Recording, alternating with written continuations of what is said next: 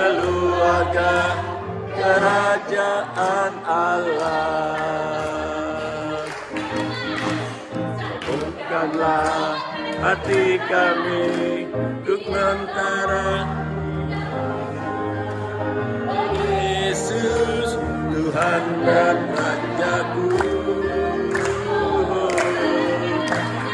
Bukanlah tali kasih di antara kami semua, oh Yesus Tuhan dan Rajaku.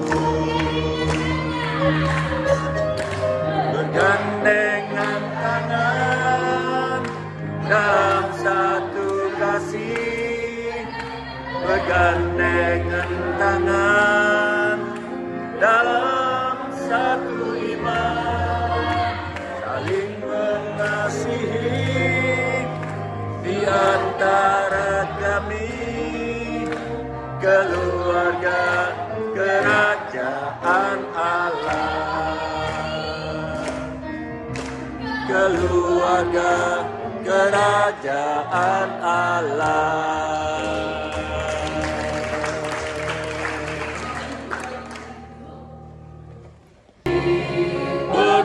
Pertolongan kuat kuasa-Mu, oh Tuhan Yesus, pegang tanganku.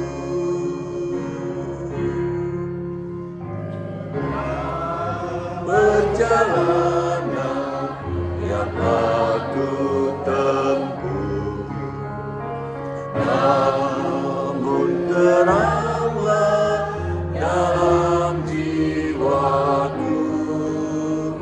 Susah sengsara kini ku derita, damai menanti di surga baka.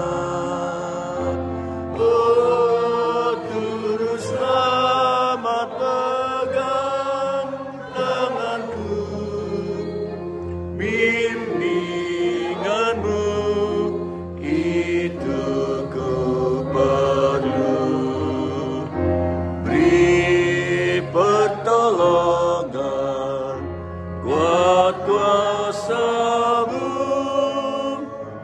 oh Tuhan Yesus, pegang tanganku.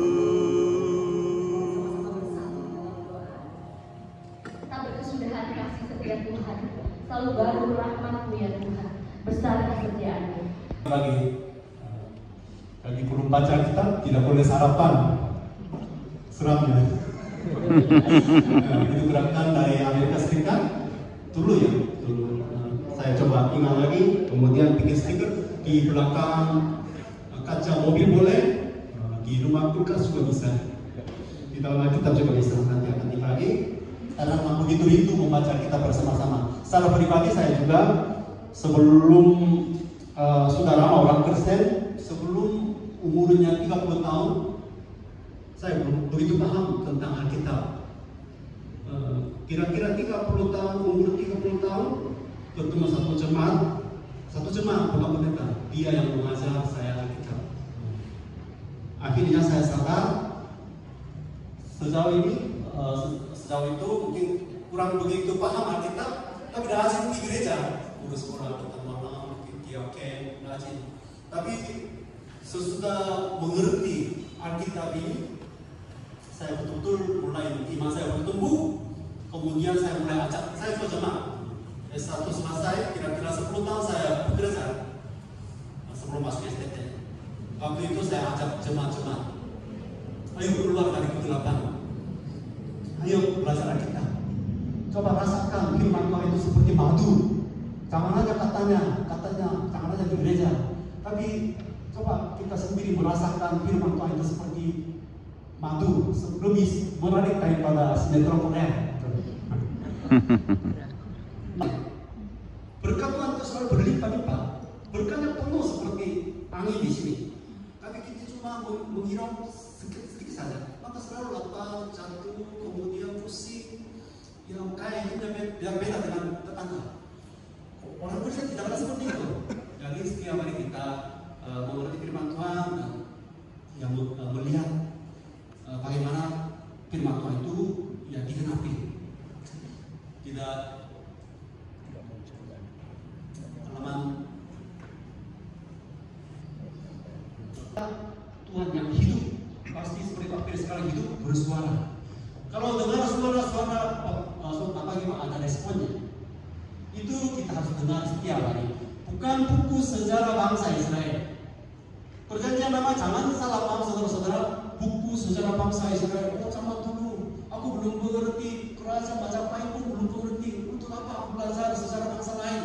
Itu salah paham. Karena bedanya dengan buku sejarah biasa. Karena perjanjian lama itu Allah yang bergerak. Allah yang berinisiatif untuk menyatakan sesuatu kejadian. Tidak cerita bukan tentang seorang hero seperti buku biasa. Buku biasa, sejarah buku biasa berbicara tentang seorang pahlawan, bangsawan. Itu mereka begitu perkasa, kakak, bagaimana menyerang bangsa mereka. Itu inti buku sejarah. Tapi Alkitab ini beda. Allah berfirman, Allah menggerakkan sesuatu. Maka tidak boleh dikatakan buku sejarah bangsa Israel. Maka kita katakan firman Tuhan dan suara Allah. Kemudian dia mengumpulkan orangnya, panggil orangnya. Kemudian ditunjukkan tempatnya tanah Kanaan. Kemudian kuasa, berkat dan pemerintahan, hukumnya semuanya dari Tuhan. Dan itulah kerajaan surga. Kerajaan Allah bisa kerajaan surga, dua-duanya sama ya. Surga, kerajaan Allah, kerajaan surga, itu semua sama. Dan itu maksud Tuhan untuk menciptakan dunia ini, yang untuk semua orang hidup di dalam kerajaan surga. Itu intinya. Kemudian saudara-saudara mungkin bulan Januari sampai sekarang saudara-saudara sudah membaca 5 kitab Musa, Torah. Itu perjanjian baru. Terus di dalam perjanjian lama janji apa? Yang pertama janji sama Abraham. Kejadian pasal 12, Abraham dipanggil. Itu janji kepada pribadi, satu orang, Abraham. Kemudian janji terus, ya mungkin keturunanmu seperti pasir, kemudian bintang, akan banyak. Janji Tuhan itu bagaimana terus berjalan? Karena mungkin kelihatan putus-putus, karena bangsa Israel meninggalkan Tuhan. Tapi melalui tahun sebelum tahun ya, perjanjian sama Musa di Gunung Sinai, Keluaran pasal 19 dan 20. Itu maksudnya apa? Bukan pribadi lagi, tapi sesudah keluar dari Mesir, mereka bentuk semua bangsa yang besar. Jumlahnya berapa ya? 3.550. Sudah terbentuk sebuah bangsa yang besar sesuai dengan janji, walaupun diperbudakan di Mesir selama 14 tahun. Itu cara Tuhan. Kemudian janji lagi kepada Musa, kepada sebuah bangsa yang besar. Dulu pribadi, tapi sekarang sebuah bangsa. Kemudian nanti kepada Daud, itu kepada kerajaannya lebih besar ya. Abraham pribadi, Daud, Musa, sebuah bangsa Israel saja. Tapi Daud itu kerajaannya, janjinya. Janji ini semua digenapi oleh Yesus Kristus. Daud terpilih sebagai raja atas Israel, kemanapun dia pergi menang. Tetapi kalau seorang manusia mungkin karirnya, keseksaannya pencet, tinggal turunnya, harus turun. Seperti itu sesudah kejadian sama Batseba, turun dosa dan menderita Raja Daud. Kemudian ditutup dengan pujian, tempat tanda ibadah. Jadi di dalam 1 Samuel, 2 Samuel itu yang penting Samuel, Saul, Daud itu 3 bagian. Kemudian salah satu yang penting bagaimana Daud orang biasa, bukan keturunan Raja Saul. Itu raja itu harus melihat keturunannya. Tapi orang biasa dia menjadi raja atas bangsa Israel. Itu cerita seperti apa orang biasa. Kemudian perbandingannya Raja Saul dan Daud, bedanya apa? Melalui perbedaan antara kedua raja ini, yang membaca kitab Samuel ini, mereka bisa memetik pelajaran. Kehidupan saya harus seperti Daud, bukan Saul. Itu maksudnya. Dipakai sebagai nabi, itulah sejarahnya. Nabi itu profet. Mungkin bukan dia sembarang bernubuat sesuatu yang ada di dalam hatinya, tidak. Kalau disebut nabi, satu nubuat pun salah dihukum mati. Jangan dikatakan zaman sekarang, oh saya karunia yang seperti nabi. Enggak ada. Satu pun salah hukum mati. Jangan dikatakan kembali bermimpi, malam begini-begini, kamu begini-begini, nanti harus hati-hati kecelakaan. Itu dukun ya, bukan nabi. Nabi itu artinya, nabi itu membuat, mendidih air yang sudah panas, kemudian itu meluap. Itu nabi. Karena firman Tuhan sudah datang, tidak bisa diam. Karena hatinya bergetar-getar. Harus berbicara. Itulah nabi. Dia berbicara, berubah tentang firman, bukan pikirannya sendiri atau sesuatu hal masa depan yang dia berpikir tidak. Jadi profet itu apa yang disampaikan oleh Tuhan itu disampaikan kepada umatnya, itu nabi. Maka itu istilahnya teokrasi. Bangsa Israel itu menyembah Tuhan sebagai Allah. Kemudian mereka cara hidupnya melalui firman Tuhan yang disampaikan oleh nabi. Itu cara kehidupan mereka. Seperti zaman sekarang ini, pendeta bukan nabi, tapi ya seperti yang pendeta. Atau mungkin Bapak Rohani saudara-saudara berbicara sesuatu harus berpikir. Itulah namanya teokrasi. Nubuatan itu. Karena sejak kecil dia dididik. Pujian dari Maria waktu Yesus lahir. Jadi Samuel ini mirip dengan Yohanes Pembaptis karena dia mengurapi Daud. Kemudian Hana ini mirip dengan Maria, ibunya Yesus Kristus, memuji Tuhan. Semua intinya tentang raja. Pujian dari Maria, maka kami ikuti ayatnya tentang raja dan kerajaan. Maksudnya apa di sana? 7 macam kemuliaan, kekuatan. Dulu nggak kuat, kekuatan. Dulu tidak ada miskin, maka tidak ada makanan. Sekarang makanan ada. Dulu keturunan nggak ada putus, mandul. Tapi sekarang berapa 7 anak, banyak anak. Kemudian belum mati, akan sekarang pulihkan. Kemudian dulu miskin, sekarang kaya. Kemudian kedudukannya, posisinya dulu rendah, tapi ditinggikan. Tidak dihormati, tapi dihormati. 7 macam kemuliaan. Ini terjadi oleh siapa? Yaitu Tuhan. Tuhan yang menentukan segala-galanya. Itulah inti pujian. Kemudian pujian dari Raja Daud buatnya sama. Itu istilahnya inklusio. Itu dimulai dengan puisi, kita perlu ceritanya, kemudian ditutup dengan puisi. Dua-duanya sangat mirip. Kemudian anak Eli, sama itu ada imam besar namanya Eli, tapi kedua anak itu namanya Umi dan Pinas. Mereka ambil persembahan korban sembarangan, bersetubuh dengan pelayan perempuan di bait suci. Maka yang mereka mati tidak menghormati. Maka ayat 1 Samuel 2 ayat 30 yang warna kuning, baca bersama-sama. 2, 3. Sebab siapa yang menghormati aku akan menghormati, dan siapa yang menghina aku akan pandang rendah. Dan itulah salah satu ayat kunci di dalam kitab Samuel. Atau bukan anak sulung. Anak sulung. Saul melihat anak-anak, tapi ini bukan. Pada anak lagi. Oh, di pada anak satu lagi. Tidak dihargai oleh orang tua. Dialah dipanggil sebagai raja Israel. Mengapa demikian? Mengapa Tuhan Yesus memanggil murid-muridnya di pinggir danau Galilea? Di pusat agama Israel, di pusat Yerusalem banyak ahli-ahli agama banyak.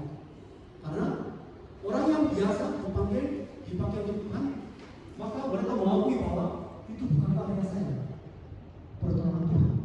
Dia mengakuinya. Saya tahu itu harus belajar. kemudian menantu Raja Saul, kemudian nanti dia istrinya Mikal, salah satu dari itu keturunan Saul. Tapi nanti istri Mikal mantul, karena Daud perjanjian masuk ke kota Daud, dia lari Mikal mungkin iri hati atau mungkin bersungguh-sungguh, maka mantul. Itu ceritanya mengapa demikian.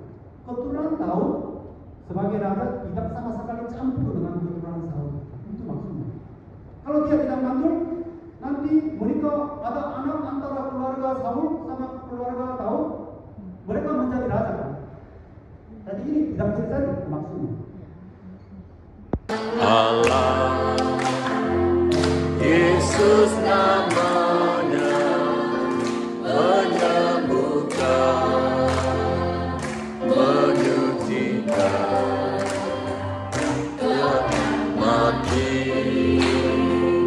tebus dosaku, kubur kosong membuktikan Dia hidup, sabda hidup, ada hari esok, sabda hidup, ku tak gentar, karena kekuatan Dia pegang hari esok, hidup jadi berarti sebab Dia hidup, Yesus Kristus, Juru Selamatku, Kau Rajaku,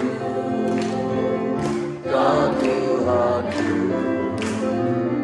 Kau terbangkit, hidup selamanya, dan memerintah atas bumi sebagai Raja. Sabda hidup, ada hari esok, sabda hidup, ku tak gentar, dan kekuatan yang pegang hari esok, hidup jadi berarti sebab Dia hidup, sabda hidup, ada hari esok, sebab Dia hidup, ku tak gentar, dan kekuatan yang pegang hari esok, hidup jadi berarti sebab Dia hidup.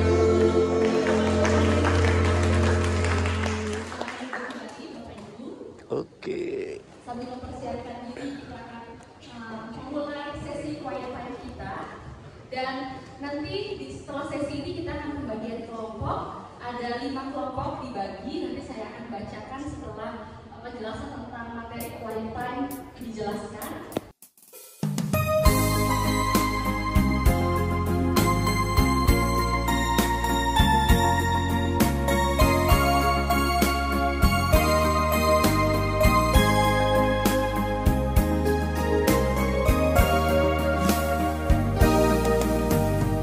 Bila kau rasa gelisah di hatimu, bila kelam kabut tak menentu hidupmu, ingat masih ada seorang penolong bagimu. Yesus tak pernah jauh darimu.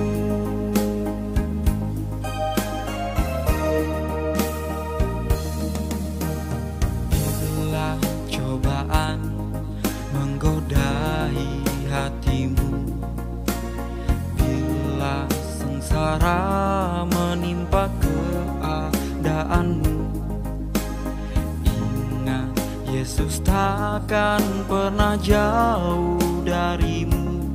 Dia selalu pedulikan kamu.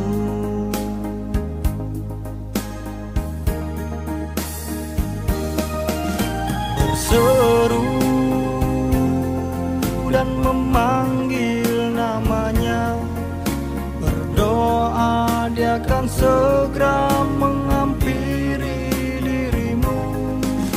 Percaya Dia tak jauh darimu, Dia hanya sejauh doa.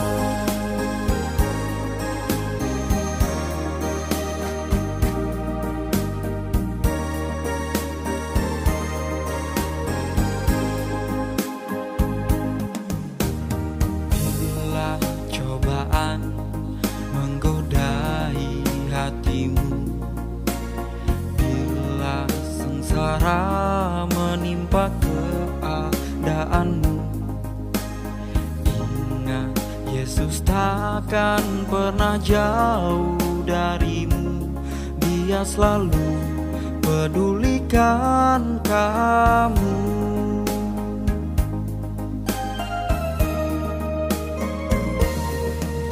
Berseru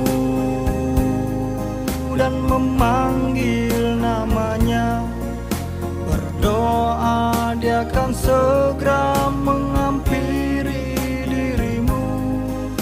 Percaya Dia tak jauh darimu, Dia hanya sejauh doa.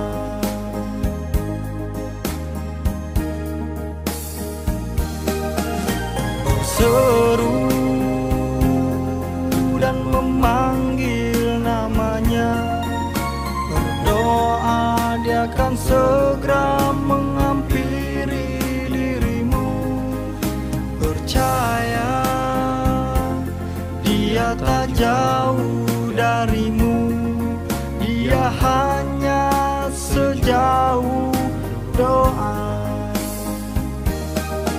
Berseru dan memanggil namanya, berdoa Dia akan segera menghampiri dirimu. Percaya Dia tak jauh